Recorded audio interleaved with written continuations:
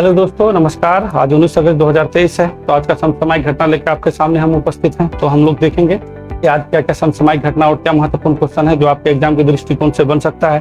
तो उसी के बारे में, उसी को लेकर आपके सामने में हम उपस्थित हैं। तो सबसे पहले ही जानिए कि अपाचे हेलीकॉप्टर जो है बोइंग कंपनी से भारतीय सेना को दिया जाएगा और टोटल 6 को दिया जाएगा। पहले 22 को, ऐसा नहीं है कि पहली बार है, पहले से 22 को अपाचे हेलीकॉप्टर है जो लड़ाकू हेलीकॉप्टर है और रडार के पकड़ में नहीं आता है। ये बात जानते हैं। 26/11 का हमला हुआ था 2008 में, ये भी जानते हैं, ठीक है। जिसके बाद NIA का गठन होता है। तो इसी 26/11 का जो है दोषी है एक तहब्बुर राना, जो कनाडा मतलब पाकिस्तान मुल्क के हैं और कनाडा में रहते हैं। तो अमेरिका का जो न्यायालय है इसका बंदी प्रत्यक्षीकरण रिट जारी किया था, तो वो क्या कर दिया, खारिज कर दिया है। तो उसी के बारे में बात होगा। उसके बाद ब्रिक्स शिखर सम्मेलन जानते हैं आप लोग। ब्रिक्स जो है अपना ब्राजील है, रशिया, इंडिया, चाइना है। तो इसका जो 22 से 24 अगस्त को हमारे प्रधानमंत्री जाने वाले हैं दक्षिण अफ्रीका के, ठीक है, जोहान्सबर्ग में, ठीक है ना। तो दक्षिण अफ्रीका का जो राष्ट्रपति है सिरिल रामाफोसा आमंत्रण किए हैं। उसके बाद प्रिया मलिक अभी अंडर 20 विश्व कुश्ती चैंपियनशिप जूनियर वाला जीत गई है, जो आपका जॉर्डन में चल रहा है। उसके बाद विश्व मानवतावादी दिवस अभी मनाया जा रहा है 19 तारीख को, 2003 से ही मनाते हैं। तो ये बात करेंगे। उसके बाद आपका ये अभी 3D प्रिंटेड जो है डाकघर है, अश्वनी वैष्णव जी उद्घाटन किए हैं जाके बेंगलोर में, तो वहां पे भी उसका बात होगा। और एक भारत श्रेष्ठ भारत के तहत फूड फेस्टिवल का आयोजन किया जा रहा है दिल्ली में, ठीक है, पर्यटन मंत्रालय द्वारा। तो ये सारा हम लोग क्वेश्चन करने वाले हैं अभी। तो चलिए शुरू करते हैं। यहाँ से क्वेश्चन क्या है आपका, भारत के बेंगलोर में पहले 3D प्रिंटेड टेक्नोलॉजी से बने डाकघर भवन का उद्घाटन किसने किया है। तो अभी आपको बोल ही चुके हैं कि संचार और इलेक्ट्रॉनिक सूचना प्रौद्योगिकी मंत्री अश्वनी वैष्णव है, इसी के द्वारा जो है ये किया गया है। क्या किया गया है इस 3D प्रिंटेड डाकघर का। अब ये कहेगा कि ये 3D जो है प्रिंटेड जो है डाकघर है, ये कौन कंपनी बनाया है। तो क्या करिएगा, लर्सन एवं टूर्बो, ठीक है, क्या कहिएगा, लर्सन एवं टूर्बो कंपनी द्वारा इसका बनाया गया। और जो इसका जो तकनीक का यूज होगा IIT मद्रास का होगा, ठीक है, ये याद रखिएगा, IIT मद्रास का टेक्नोलॉजी इसमें काम करेगा। और ये अश्वनी वैष्णव जी हमारे रेल मंत्री भी हैं, आप लोग ये भी जानते हैं कि नहीं। तो सुनिए, देखिए क्या लिखा है। बेंगलोर के तुलसर बाजार में देश का पहला 3D पोस्ट ऑफिस तैयार हो रहा है और इसका निर्माण जो है लर्सन एंड टूर्बो द्वारा किया जा रहा है, जो वर्तमान में भारत के निर्माण के लिए 3D प्रिंटेड तकनीकी का पहला होगा, ठीक है। इसमें 25 लाख खर्चा करने की बात हो रहा है, जिसमें से भी 25% क्या हो जाएगा, कटौती होगा, ठीक है। तो ये आप लोग जानते हुएगा। चलिए आगे चलते हैं। आगे में देखिए, ये आपका 3D प्रिंटेड डाकघर है और इस डाकघर को बेंगलोर में बनाया जा रहा है, बन गया है, उद्घाटन हो गया तो बन ही गया, ठीक है। तो थोड़ा सा डाक का इतिहास जान लेते हैं, डाकघर का क्या। तो सबसे पहले भारत में टोटल कहेगा कि भारत में क्या लिखना है, क्या लिखिएगा, सबसे पहले क्या कहिएगा कि भारत में पिन कोड, क्या पिन कोड, क्योंकि बिना पिन कोड के कुछ होने वाला नहीं है। पिन कोड व्यवस्था कब से प्रारंभ हुआ था, कह दीजिएगा कि 1972 में। टोटल पिन कोड की संख्या कितना है, पिन कोड का टोटल जो है पिन कोड कितना पिन कोड है, तो क्या कहिएगा 9 है। 8 पिन कोड जो है भू क्षेत्र के लिए है, किसके लिए है, भू क्षेत्र के लिए है। और एक जो है किसके लिए, सेना के लिए है। ये बात आप लोग बोल दीजिएगा। डाक विभाग का स्थापना क्या कहिएगा, डाक विभाग का स्थापना सबसे पहले डाक विभाग का स्थापना कब हुआ था, डाक विभाग का स्थापना क्या कहिएगा 1854 में। किसके समय में, डलहौजी के समय में। किसके समय, डलहौजी के समय। आप लोग सब जानते होइएगा। पहला डाक टिकट कब जारी किया था, डाक टिकट सबसे पहले जो है आपका 1852 से ही सिंध प्रांत से हुआ था। कहां से, सिंध प्रांत से हुआ था, और ये कराची से हुआ था। ये भी बात आप लोग जानते चलिए, ठीक है, कराची से हुआ था, ठीक है। उसके बाद क्या कहिएगा, डाकघर में सबसे स्पीड पोस्ट व्यवस्था कब से, तो क्या कहिएगा 1986 से किया गया था, ठीक है। 1972 में आपका क्या आया था, 1972 बताया था ना, पिन कोड आया था। उसके बाद सबसे पहले मनी ऑर्डर जानते हैं ना, पहले मनी ऑर्डर ही चलता था, ठीक है। तो मनी ऑर्डर व्यवस्था 1880 से प्रारंभ किया गया था। डाक, अब ये बोलिए, अंतरराष्ट्रीय डाक संघ का नाम सुने ना, अंतरराष्ट्रीय डाक संघ 1874 में इसका स्थापना होता है, अंतरराष्ट्रीय इंटरनेशनल, ठीक है। डाक संघ जो है था, डाक संघ आपका इंटरनेशनल 1874 में, और इसका मुख्यालय कहाँ है, बर्न में है। बर्न कहाँ है, स्विट्जरलैंड में है। ये बात याद रखिएगा। अंतरराष्ट्रीय डाक दिवस 9 अक्टूबर को मनाते हैं, और राष्ट्रीय डाक दिवस कहेगा तो क्या कहिएगा 10 अक्टूबर को मनाते हैं, ठीक है। किसको मनाते हैं, 10 अक्टूबर को मनाते हैं। तो इतना सारा फैक्ट आपको जानना चाहिए। तो क्या कहिएगा, डाक विभाग का स्थापना 1854 ईस्वी में सबसे पहले भारत में सबसे पहले डाकघर का स्थापना कब होता है, तो क्या कहिएगा, कह दीजिएगा 1766 में किया था। कौन, रॉबर्ट क्लाइव ने किया था। ये भी बात जान लीजिए। फिर इसका विस्तार किसने किया था, आपका 1774 में वारेन हेस्टिंगस के द्वारा किया गया था। वारेन हेस्टिंगस, ठीक है, बंगाल का पहला गवर्नर था, ठीक है। बंगाल का क्या था, पहला गवर्नर था। तो ये बात आपको, गवर्नर नहीं था, बंगाल का पहला गवर्नर जनरल था। पहला गवर्नर अगर बंगाल का कहेगा तो आप रॉबर्ट क्लाइव कहिएगा, ठीक है। तो ये सारा चीज है, थोड़ा सा आप लोग देख लीजिएगा। 1854 तो याद ही रखिएगा। और बहुत बार पूछा कि पहला डाक टिकट कब प्रारंभ किया गया था, तो 1852 में सिंध प्रांत से, कराची से चला था, ठीक है। 9 अक्टूबर को डाक दिवस, विश्व डाक दिवस मनाते हैं, ठीक है। 10 अक्टूबर को राष्ट्रीय डाक दिवस मनाते हैं। मनी ऑर्डर प्रथा मतलब प्रारंभ किया गया था 1880 में। विश्व डाक संघ का मुख्यालय कहाँ है, बर्न स्विट्जरलैंड में, और स्थापना 1874 में होता है। पिन कोड व्यवस्था कब से, 1972 से। और टोटल पिन कोड का संख्या क्या है, कितने क्षेत्रों, 9 क्षेत्रों में बांटा गया है।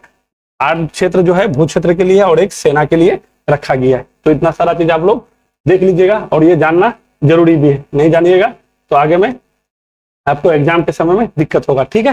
तो देखिए ये आपका 3D जो है प्रिंटिंग है, और ये IIT मद्रास का टेक्नोलॉजी यूज हुआ है इसमें। IIT मद्रास का टेक्नोलॉजी यूज हुआ है। अश्वनी वैष्णव जी इसका उद्घाटन कल ही किए हैं, ठीक है। चलिए देखिए अश्वनी वैष्णव जी को भी थोड़ा देख लीजिए, समझे, हमारे जो है रेल मंत्री भी हैं, ठीक है ना। तो अब अगला क्वेश्चन में आता है। अगला क्वेश्चन आपका क्या है, अगला क्वेश्चन है G20 देशों के व्यापार और निवेश समूह का चौथी मंत्रिस्तरीय बैठक कहाँ पे किया जाएगा, यही क्वेश्चन है ना। तो देखिए G20 व्यापार बैठक का कहाँ पे होने वाला है, तो इसके बारे में बात करेंगे। सबसे पहले ये जानिए कि अभी G20 देश का जो है इतना सारा, सबसे अधिक भारत में सबसे अधिक G20 देशों का जो है सबसे अधिक बैठक हुआ है, ठीक है। अभी मीनाक्षी लेखी ये बात कह रही थी। तो ये अंतिम जो है व्यापार और निवेश का जो है अंतिम बैठक आपका जयपुर में किया जाएगा। देख रहे हैं आप, ये जयपुर में किया जाएगा। G20 का शेरपा तो जानते हैं आप लोग, अमिताभ कांत है, ठीक है। कौन है, अमिताभ कांत है, ठीक है ना।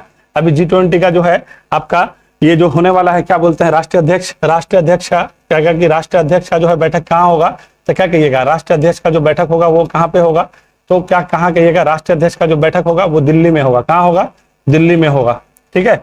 दिल्ली में होने वाला है। और ये कब तारीख को होगा, 9-10 सितंबर को होगा, ठीक है। 9-10 सितंबर को होगा, 9-10 सितंबर को होगा और दिल्ली में होगा। ये बात जान लीजिएगा। कब तक हम लोग के पास ये अध्यक्षता रहेगा, तो क्या कहिएगा, 30 नवंबर तक रहने वाला है, 30 नवंबर। और ये कैवा सम्मेलन हो रहा है, तो 18वां सम्मेलन हो रहा है।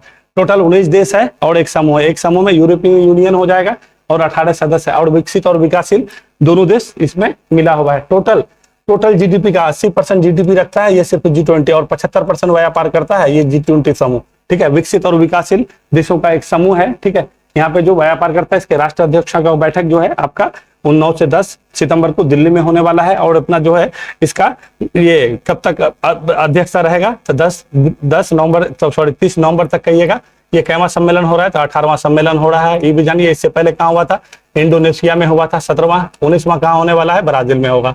ये बात आप जानते चलिएगा, ठीक है। ब्राजील में होगा, ठीक है ना, ब्राजील में होने वाला है। तो अभी आपका व्यापार और निवेश समूह का चौथी स्तरीय बैठक कहाँ होने जा रहा है, जयपुर में। देखिए गांधीनगर में जो है अभी आपका ये यहाँ पे दो बैठक हुआ है, ठीक है। पारंपरिक चिकित्सा पर भी अभी बैठक हुआ है आपका। कहाँ पे हुआ है, पारंपरिक चिकित्सा पर भी बैठक हुआ है आपका। कहाँ पे, गांधीनगर में। और वाराणसी में जो है यूथ 20 का हो रहा है। यूथ 20 का अभी योगी जी यहाँ पे इसका, अनुराग ठाकुर और योगी जी दोनों मिलकर के यूथ 20 का उद्घाटन किए हैं 17 तारीख को। और दिल्ली में G20 फिल्म महोत्सव हो रहा है। तो ये टोटल आप ये तीनों को याद रखिएगा। जयपुर में आपका व्यापार और निवेश समूह का होने वाला है। गांधीनगर में आपका पारंपरिक चिकित्सा पर हो रहा है। अभी आपका मनसुख मांडविया और क्या बोलते हैं ये WHO का ट्रेडो सैधानम। उसके बाद अपना प्रधानमंत्री मोदी जी इसका वर्चुअल उद्घाटन भी किए हैं, ठीक है ना। तो इसको थोड़ा सा आप लोग देख लीजिएगा। अब G20 का बताने का बहुत कुछ है, मगर जितना कई बार बता चुके हैं, अगर आप लोग मेरा वीडियो देखते होंगे तो मिला ही होगा। G20 का स्थापना 1999 में होता है, ठीक है ना। वाशिंगटन DC अमेरिका में होता है, ठीक है। इसको बहुत बार बता चुके हैं G20 के बारे में, मैप के माध्यम से हम कई बार बता चुके हैं। इसी वजह से एक ही चीज को बार बार बताना अच्छी बात नहीं है, ठीक है। आप लोग देखते होंगे तो देखते ही होंगे। ये हमारे पीयूष गोयल जी हैं, वाणिज्य मंत्री हैं। और ये अशोक गहलोत हैं, राजस्थान के मुख्यमंत्री हैं, वही होने वाला है। तो आपको थोड़ा सा हम पिक्चर के माध्यम से दिखा दे। तो ये हमारे वाणिज्य मंत्री पीयूष गोयल हैं, इसको थोड़ा सा आप लोग देख लीजिएगा, ठीक है। प्रारंभ करते हैं। अगला क्वेश्चन क्या है, प्रधानमंत्री 22 से 24 अगस्त तक अफ्रीका के किस शहर में ब्रिक्स के 15वें सम्मेलन में भाग लेने जा रहे हैं। तो आप लोग जानते हैं कि अभी ब्रिक्स का जो है 15वां शिखर सम्मेलन होने जा रहा है। कैवा शिखर सम्मेलन होने जा रहा है, 15वां शिखर सम्मेलन ब्रिक्स का होने जा रहा है। और ये कहाँ पे होगा, आपके जोहान्सबर्ग में होगा। कहाँ पे होगा, जोहान्सबर्ग में होगा। जोहान्सबर्ग में होगा। ये कहाँ पे पड़ता है आपका, जोहान्सबर्ग में होगा। और ये दक्षिण अफ्रीका में पड़ता है। अभी प्रधानमंत्री को जो है वहां के राष्ट्रपति कौन है, सिरिल रामफोसा है, ठीक है। आप लोग जानते ही होइएगा, सिरिल रामफोसा इसको जो है आमंत्रण किए हैं और ये जा रहे हैं। तो ये कहाँ पे जाएंगे? जोहान्सबर्ग में जाएंगे। कईवां सम्मेलन हो रहा है? 15वां सम्मेलन हो रहा है क्या? इसके बाद 16वां कहाँ होगा? ब्राजील में होगा। ब्राजील में होगा। ब्रिक्स में टोटल देशों की संख्या देखिए, यहाँ पे मैप है, आपको हम दिखा देते हैं, आपको बहुत आराम से समझ में आएगा। देखिए ये ब्रिक्स देख रहे हैं, ब्रिक्स में आपका ये ब्राजील है, ये दक्षिण अफ्रीका है, ये रसिया है, चाइना है और भारत है। ये सारा देश मिलकर के एक संगठन का निर्माण करता है जिसको ब्रिक्स कहते हैं। आप देखिए ब्रिक्स का स्थापना सुन लीजिए कि ये क्या है। ब्रिक्स का स्थापना जो है, ब्रिक्स का स्थापना आपका 2001 में होता है, ठीक है, 2001 में होता है। और इसका मीटिंग जो है प्रारंभ होता है 2008 से होता है, ठीक है। और दक्षिण अफ्रीका इसमें, दक्षिण अफ्रीका जो है इसमें भाग लेता है आपका 2010 में। कब लेता है? 2010 में लेता है। ये बात आप बहुत बार पूछता कि दक्षिण अफ्रीका ब्रिक्स सम्मेलन में कब पार्टिसिपेट हुआ था, तो क्या कहिएगा? 2010 में। दक्षिण अफ्रीका में ब्रिक्स सम्मेलन में कौन कौन है, तो क्या कहिएगा? आपका ब्राजील है, ठीक है, बी से ब्राजील, आर से रसिया, आई से इंडिया, सी से चाइना, एस से साउथ अफ्रीका। साउथ अफ्रीका किसमें, इसमें कब आके इसमें भाग लिया? 2010 में। इसका स्थापना कब होता है? 2001 में। और औपचारिक रूप से इसका गठन आपका 2006 में करने लगता है और 2008 से जो है इसका क्या करते हैं, इसका मीटिंग प्रारंभ होता है। और दक्षिण अफ्रीका 2010 में। अब देखिए इसके बारे में थोड़ा सा, दक्षिण अफ्रीका के बारे में थोड़ा जान लीजिए। दक्षिण अफ्रीका के राष्ट्रपति के बारे में आपको बोल ही चुके हैं। यहाँ के राष्ट्रपति कौन है भैया? यहाँ सिरिल रामाफोसा है, ठीक है। दक्षिण अफ्रीका के यहाँ पे जोहान्सबर्ग है। दक्षिण अफ्रीका के बारे में थोड़ा सा, यहाँ का एक आदमी थे, ठीक है, अश्वेत पहला राष्ट्रपति नेल्सन मंडेला, ठीक है। इसके बारे में थोड़ा सा जाल ही, नेल्सन मंडेला, ठीक है, नेल्सन मंडेला जो है दक्षिण अफ्रीका के राष्ट्रपति बनते हैं हाँ ठीक तो बोल रहे थे आपको, 1994 में। 1990 में जो है ये जेल से 27 साल ये जेल में थे, ठीक है, 27 साल 1990 में जेल से बाहर आते हैं। और भारत रत्न भी इसको दिया गया है, भारत रत्न भी इसको मिला है, ठीक है, भारत रत्न भी इसको दिया गया। किसको? नेल्सन मंडेला को, ठीक है, 1994। और नेल्सन मंडेला दिवस भी मनाते हैं हम लोग 18 जुलाई को। ये सब चीज आप लोग जानते होइएगा, ठीक है, बहुत बार पूछ लेता है नेल्सन मंडेला के बारे में। गांधी जी यहाँ कब गए थे? 1893 में गए थे। और 9 जनवरी को हम लोग जो प्रवासी भारतीय दिवस मनाते हैं, वही 9 जनवरी 1915 को गांधी जी यहाँ से आए थे, ठीक है। आप लोग तो ये सब जानते ही हैं। यहाँ के राष्ट्रपति सिरिल रामाफोसा है, ठीक है ना। और यहाँ के बारे में क्या जानिएगा, ये जोहान्सबर्ग जो है हीरा और सोना के लिए बहुत ज्यादा फेमस है। यहाँ पे इसका राजधानी प्रिटोरिया है, ठीक है। यहाँ पे आपका केप टाउन है, ठीक है, ये वाला केप टाउन है, ठीक है ना। और ये भूमध्य सागरीय जलवायु पाया जाता है इस साइड में। ये एक एक्सेप्शन केस है, याद रखिएगा। भूमध्य सागरीय जलवायु किसी भी महाद्वीप के कौन सा तट पे पाया जाता है? पूर्वी तट पे ना होकर के पश्चिमी तट पे पाया जाता है। मगर अफ्रीका का एक ऐसा ये वाला एरिया है केप टाउन, जो भूमध्य सागरीय जलवायु पूर्वी तट पे पाया जाता है, केप टाउन पे, ठीक है, केप टाउन पे। ये चीज याद रखिएगा, ठीक है। और यहीं पर जो है आपका केप ऑफ गुड होप का खोज हुआ था दक्षिण अफ्रीका में। केप ऑफ गुड होप का खोज कब हुआ था? तो आपका 1487 में, ठीक है। हाँ, बार्थोलोडी मियाज किए थे, यहाँ से घूम करके यहीं से आए थे ना, यहीं से अब्दुल मजीद मिला था और भारत आए थे। तो ये थोड़ा दक्षिण अफ्रीका के बारे में जानना जरूरी है, देख लीजिएगा, ये सब बहुत एग्जाम में पूछता है। तो ब्रिक्स के बारे में, अभी ब्रिक्स के बारे में आपको क्या बताया कि आपका प्रधानमंत्री जी जाने वाले हैं, कहाँ पे जाएंगे? जोहान्सबर्ग में। ये केप टाउन बोले भूमध्य सागरीय जलवायु के लिए बहुत ज्यादा फेमस है। ये बात प्रिटोरिया उसका राजधानी है ना। आप लोग ये सब चीज जानते चलिए, ठीक है। चलिए अगला क्वेश्चन में आते हैं। अगला क्वेश्चन क्या है?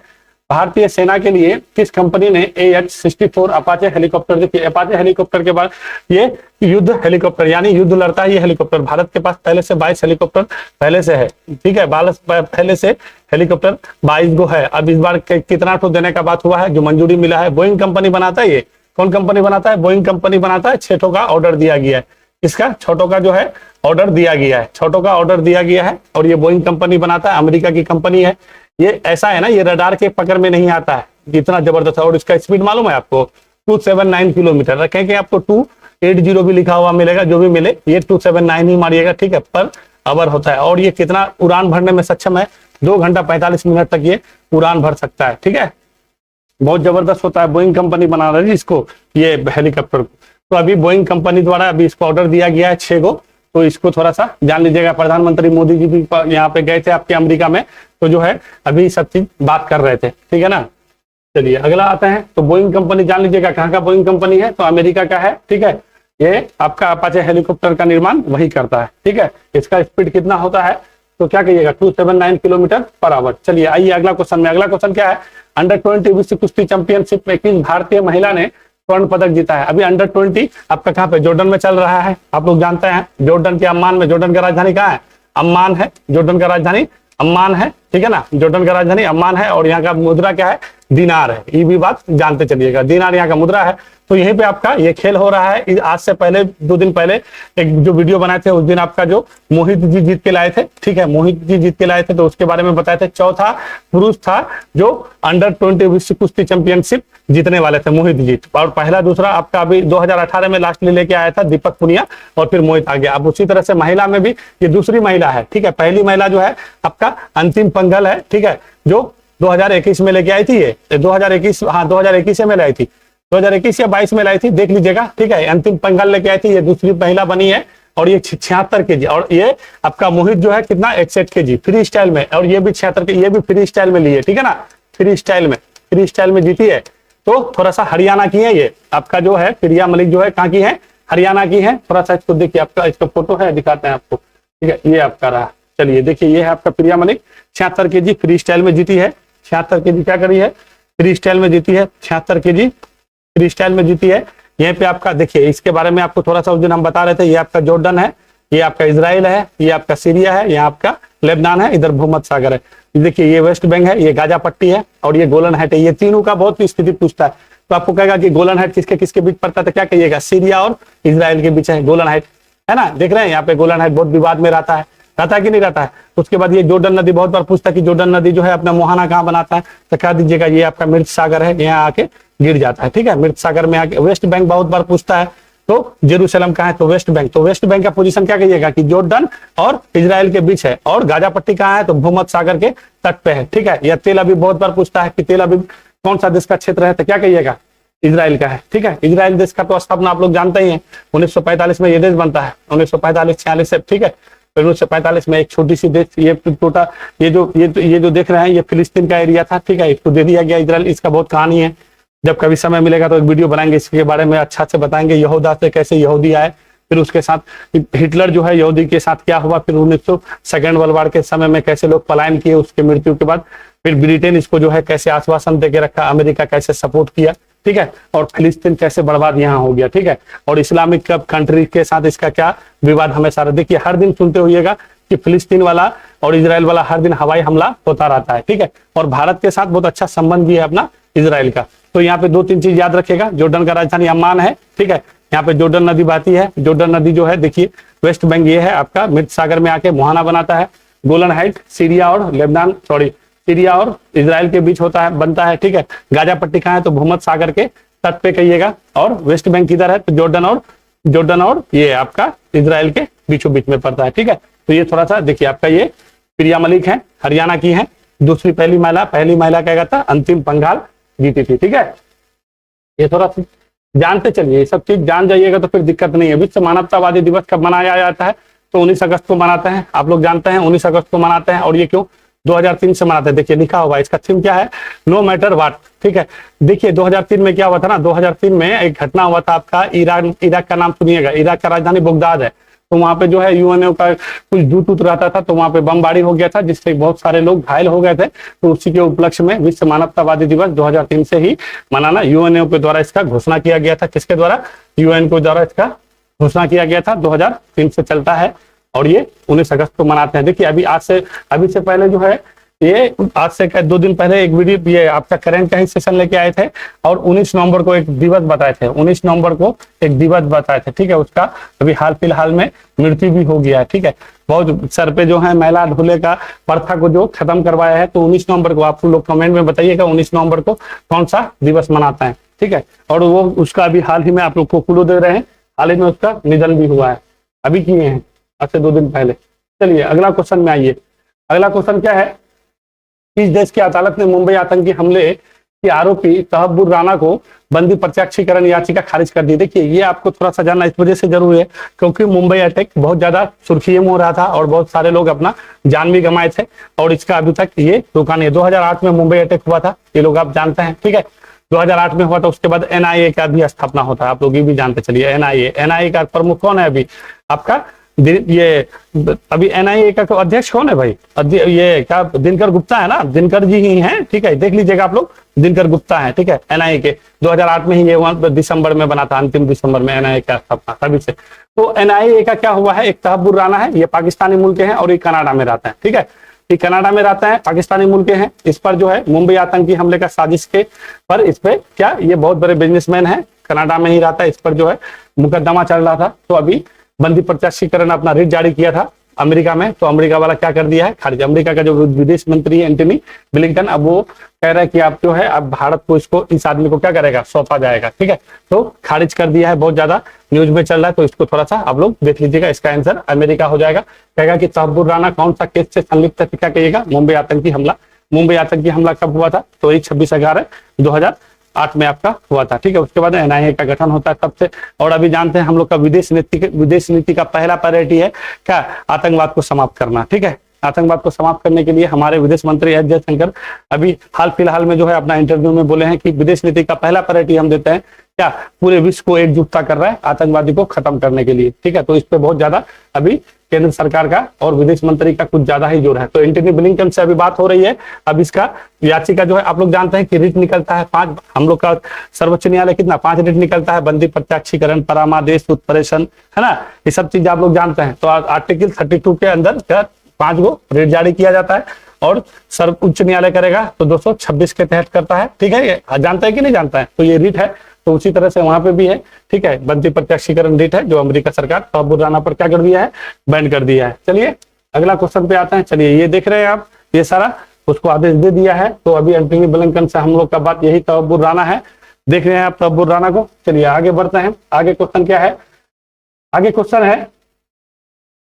का क्वेश्चन ये है आपका कि एक भारत श्रेष्ठ भारत फूड फेस्टिवल का आयोजन किस मंत्रालय द्वारा आयोजित किया जा रहा है। तो एक भारत श्रेष्ठ भारत आप देख रहे हैं, ये जो है भारतीय अमृत महोत्सव का तो समापन 15 अगस्त आप 15 अगस्त के दिन कर ही चुके हैं। तो ये फूड फेस्टिवल का आयोजन किया जा रहा है और ये पर्यटन मंत्रालय जी किशन रेड्डी के द्वारा किया जा रहा है। जी किशन रेड्डी का नाम आप लोग सुने होइएगा, ठीक है। तो इसी के द्वारा दिल्ली में बनाया जा रहा है, ठीक है। इसका आयोजन किया जा रहा है, इसको देख लीजिएगा, एक भारत। और ये 18 से कितना तारीख से किया जा रहा है, 18 से 20 तारीख तक चलेगा ये फूड फेस्टिवल। बहुत बार पूछ देता है कि फूड फेस्टिवल का आयोजन कितना से कितना तारीख किया गया, तो क्या कहिएगा, 18 अगस्त से 20 अगस्त तक किया गया। कहाँ किया गया, दिल्ली। कौन सा मंत्रालय कर रहा है, तो पर्यटन मंत्रालय। पर्यटन मंत्रालय का मंत्री कौन है, जी किशन रेड्डी है, ठीक है।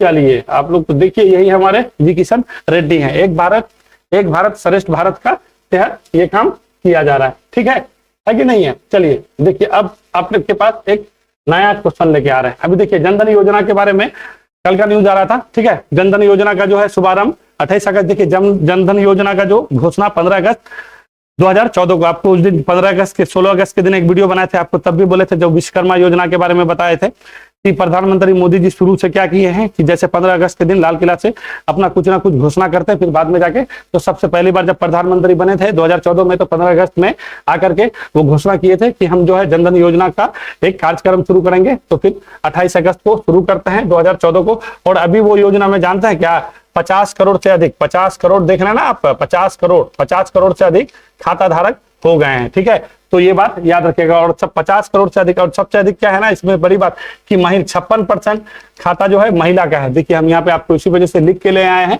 जनधन खाता का शुभारंभ 28 अगस्त 2023 को प्रधानमंत्री नरेंद्र मोदी द्वारा किया गया है। 15 अगस्त 2014 को घोषणा किया गया था। जनधन खाते में कुल संख्या का 50 करोड़ पार कर गया है। इसमें से 56% खाता महिलाओं का है, 67% खाता ग्रामीण और अर्ध शहरी इलाके का। अभी भी जान लीजिए कि 67% जो है आपका खाता जो है ग्रामीण और अर्ध शहरी लोगों का है, आप समझ सकते हैं। यानी ग्रामीण लोग इसमें ज्यादा लाभान्वित है और महिला भी ज्यादा लाभान्वित। सबसे अधिक खाताधारी, गलत हो गया, सबसे अधिक खाता मतलब कहाँ के लोगों के पास है, तो यूपी के लोग के पास, सब खातों में से 51% यूपी के पास है। प्रतिशत के आधार पर कहिएगा तो बिहार नंबर 1 पे है। तो इसको अब देख, डिजिटल योजना भी 1 जुलाई 2015 को आया था, ठीक है, आप लोग सब जानते हैं। तो उसमें भी अभी विस्तार किया गया है, उसको भी देख लीजिएगा, ठीक है। उसका भी हम शॉर्ट लेके लिख करके लाएंगे, उसमें कुछ पैसा भी दिया गया है, डिजिटल योजना को भी आगे बढ़ा रहे हैं, ठीक है ना। तो ये सारा चीज आप लोग को देख लेना है, ठीक है। ये देखिए आपका प्रधानमंत्री जनधन योजना, ठीक है ना, प्रधानमंत्री जनधन योजना देख रहे हैं। तो ये आपको मेक इन इंडिया भी कार्यक्रम आपको जानिए, वो भी लेके आएंगे। ये सब योजना एक तरह से जानते हैं, मतलब बैकबोन का काम किया मोदी गवर्नमेंट का जो है, ये सब योजना बहुत ज्यादा काम किया है, ठीक है ना। इसी योजना को लेकर के जो अभी अपना डिजिटल अपना अर्थव्यवस्था को 2047 तक बोला है ना कि हम जो है विकसित भारत बनाएंगे और 2047 में आके झंडा फहराएंगे, तो ये सब योजना एक तरह से बैकबोन के काम कर रहा है। आरबीआई ने उद्गम पोर्टल लॉन्च किया है, ये जान लीजिएगा। उद्गम का फुल फॉर्म क्या होता है? Unclaimed deposit gateway to access, है ना, टू एसेस इंफॉर्मेशन। तो इसको याद रखिएगा, आरबीआई द्वारा शुरू किया गया है। ठीक है, आरबीआई द्वारा कहेगा कि उद्गम पोर्टल किसने शुरू किया गया है, तो क्या कहिएगा? आरबीआई। आपको ये से कि कोई क्लेम नहीं कर सकता अनक्लेम डिपॉजिट के बारे में, ये पोर्टल काम करेगा। इसका फुल फॉर्म देख लीजिएगा। अनक्लेम क्या लिखा है? Unclaimed deposit gateway to access information. ठीक है, क्षेत्रीय पंचायत राज परिषद का आयोजन दमन। देखिए अभी हमारे प्रधानमंत्री नरेंद्र मोदी जी जो है वर्चुअली उद्घाटन किए हैं। ठीक है, पंचायती किसका?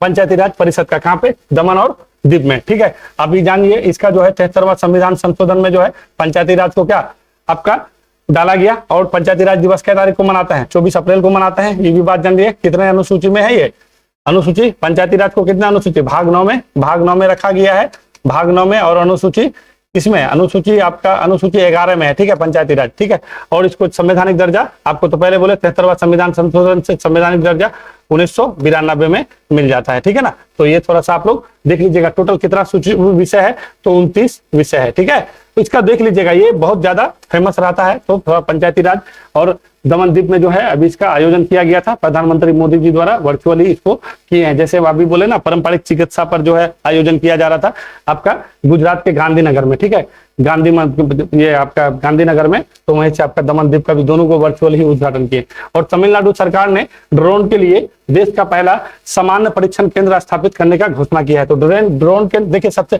अभी से पहले तमिलनाडु से पहले ड्रोन केंद्र जो है, ड्रोन परीक्षण किसके पास था? आपका डीआरडीओ के पास है। ठीक है, डीआरडीओ को तो जानते हैं, समीर कामत जी इसके अध्यक्ष हैं। डीआरडीओ का स्थापना 1958 में होता है। ठीक है ना, तो उसी के पास ये आपका ड्रोन जो है, ड्रोन परीक्षण केंद्र सिर्फ डीआरडीओ के पास पहले था। अब पहला स्टेट हो जाएगा जो तमिलनाडु के पास ये सुविधा होगा। अब सब दक्षिण भारत में सबसे अधिक सौर ऊर्जा भी पैदा करने वाला आपका कौन? तमिलनाडु हो गया। और ऐसे ओवरऑल कहेगा तो राजस्थान कहिएगा। ठीक है, ये बात जान के चलिएगा। पूछ देता है कि सौर ऊर्जा, क्योंकि सौर ऊर्जा एक ऐसा ऊर्जा है जो पारंपरिक ऊर्जा है। ठीक है, और भारत एक ऐसा भौगोलिक स्थिति में पड़ता है कि 365 दिन में से 300 दिन जो है इसके पास क्या होता है? सनलाइट उपस्थित है। अगर ये चाहेगा अपना जरूरत का ऊर्जा सारा सौर ऊर्जा से ही जरूरत पूरा कर सकता है। तो इसको लेके सिर्फ हम लोग का तकनीकी का अभाव, अगर तकनीकी आ जाए तो हम लोग को फिर कोई भी जो भी आपका जीवाश्म ईंधन, कोई भी ऊर्जा का जरूरत नहीं पड़ेगा। हम लोग अपना सौर ऊर्जा से ही सारा चीज कर सकते हैं। ठीक है ना, ये सारा आपका सेशन रहा, आप लोग थोड़ा देख लीजिएगा। हम अच्छा से अच्छा आपके लिए क्वेश्चन लेके आते हैं। ठीक है, अगर कोई बात हो तो एक बार जरूर कमेंट करके कहिए। ठीक है, और सेशन को अगर अच्छा लगता है तो किसी से शेयर जरूर कीजिए, किसी को जरूर बताइए। ठीक है, जिससे सब किसी को लाभ मिले। ठीक है, एक आदमी का मेहनत से अगर आप बात एक दूसरे को नहीं पहुंचाइएगा तो समझ लोग आदमी लाभान्वित नहीं हो पाएगा। हम इसके लिए मेहनत करते हैं कि भाई हमारे जो भी भाई बंधु हैं उस तक हमारी जो भी मेहनत है, प्रयास है, वो सफल हो और उस तक पहुंचे। ठीक है, तो वीडियो देखने के लिए शुक्रिया। मिलते हैं कल एक नया समसामयिक घटना लेकर के। आप लोग सभी पढ़िए, मस्त रहिए।